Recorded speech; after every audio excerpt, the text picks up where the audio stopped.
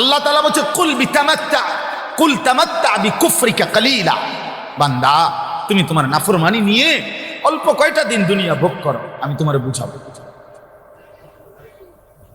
আমি তোমারে বুঝাবো। অল্প কালিলা, দুনিয়াকে আল্লাহ তুচ্ছ করে দিয়েছে। কুল মা ইনদাল্লাহি খায়রুম মিনাল লাহবি ওয়া মিনাত তিজারা। একটা উদাহরণ শুধু শুনে, সাহাবায়ে কেরাম জুমার নামাজের দিন রাসূলুল্লাহ সাল্লাল্লাহু আলাইহি সাল্লামের প্রথম জামানায় জুমার নামাজের পরে খুতবা হইতো।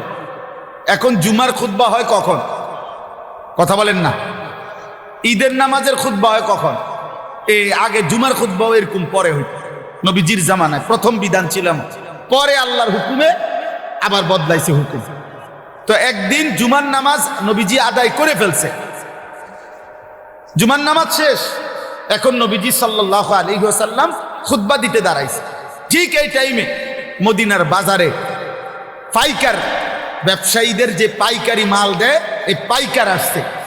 তখনকার যুগে এই পাইকার আসলে মানে বাঁশি দিয়া ফু দিত।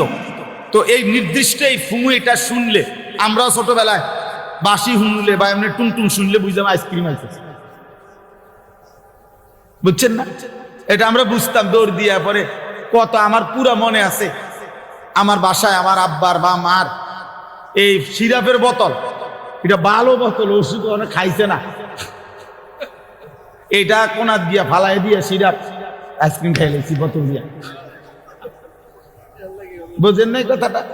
আমার দরকার আইসক্রিম, আমি সিরাপ দিয়া করবো কি?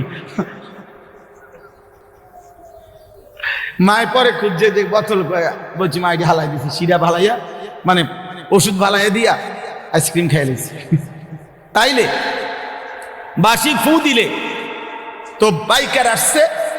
তখন নিজাম ছিল, নিয়ম ছিল, পাইকার মনে করেন 15 দিন পরে, 1 মাস পরে একদিন আসতো। তো সবাই দৌড়াদৌড়ি করে হুড়াহুড়ি করে খুচরা দোকানদাররা মালামাল নিতে যাইতো।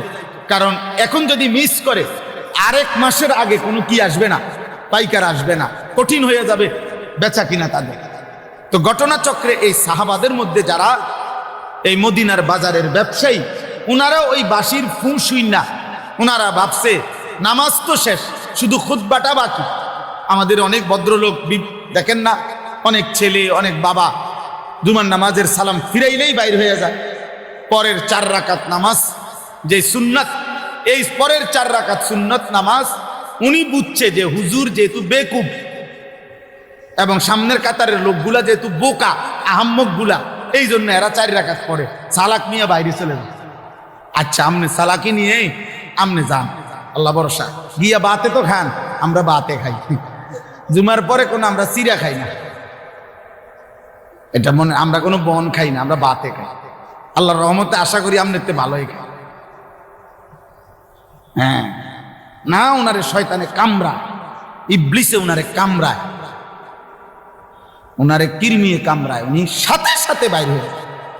বোকা মানুষ বেটা, কি বুঝাইতে চাইছেন? ইমাম সাহেব বেওকুফ, ইমাম সাহেবের বাপের কান থেকে 4 রাকাত নামাজ আনছে, এটা যদি কোনো কোরআন সুন্নাহ অনুমোদিত না হয়, এটা রাসূলুল্লাহ সাল্লাল্লাহু আলাইহি সাল্লাম সাহাবায়ে কেরাম যদি না পড়তেন, তো এটা ইমাম সাহেব বছরের পর বছর একটি ভুল বেহুদা জিনিস পড়ে, এটা তা আপনার বিবেকে ধরে না? এটা আপনি বের হবেন কেন?